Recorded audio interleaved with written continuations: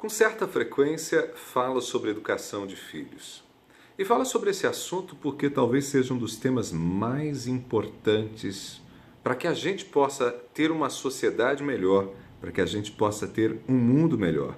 Quando a gente educa bem, a gente forma pessoas, pessoas que vão construir a nossa sociedade, o futuro de um país.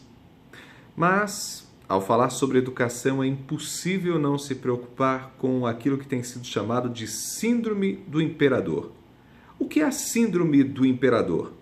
São crianças e adolescentes que judiam de seus pais, que abusam de seus pais, que machucam seus pais, que agridem seus pais, e não necessariamente de forma física, embora isso muitas vezes aconteça. Por que a síndrome do imperador tem ocorrido cada vez mais? Por que nós temos crianças tiranas? Existem duas razões básicas: a ausência dos pais e a falta de limites. O que significa a ausência dos pais? Significa aquele pai, aquela mãe que trabalha demais, que tem muitas atividades e que dá pouca atenção aos filhos. E essa criança, sem muita atenção, quando tem o pai ou a mãe em casa, se sente no direito de agredir o pai, de agredir a mãe. E o filho faz isso porque percebe um pai e uma mãe culpados, porque não conseguem dar a atenção que essa criança deveria receber. Pais culpados por se ausentarem da educação dos filhos quase sempre geram filhos que podem se tornar imperadores, tiranos. A segunda razão que eu já mencionei é a falta de limites. Sim, o tema é bastante batido. A gente, vez ou outra, escuta psicólogo, educador falando sobre esse assunto.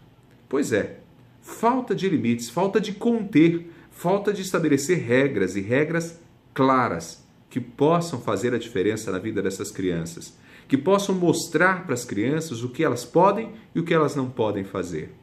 Então, a ausência dos pais e a falta de limites tem criado imperadores, filhos tiranos. Como resolver o problema? Basicamente, suprindo a ausência e dando afeto, mas um afeto com limites.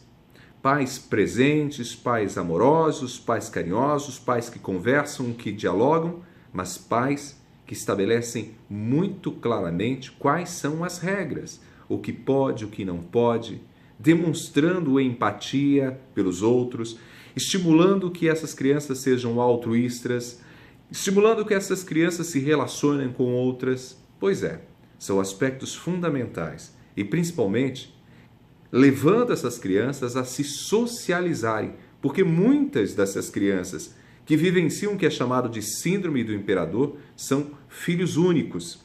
E crianças que muitas vezes são únicas em casa estão estimuladas a se sentirem donas do mundo. Então, se socializar, ter confrontos, ter dificuldades, frustrações, são aspectos que podem ajudar muito a combater o que tem sido chamado por vários pesquisadores de síndrome do imperador.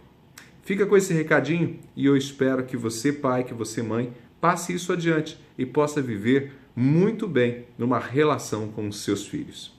Um abraço!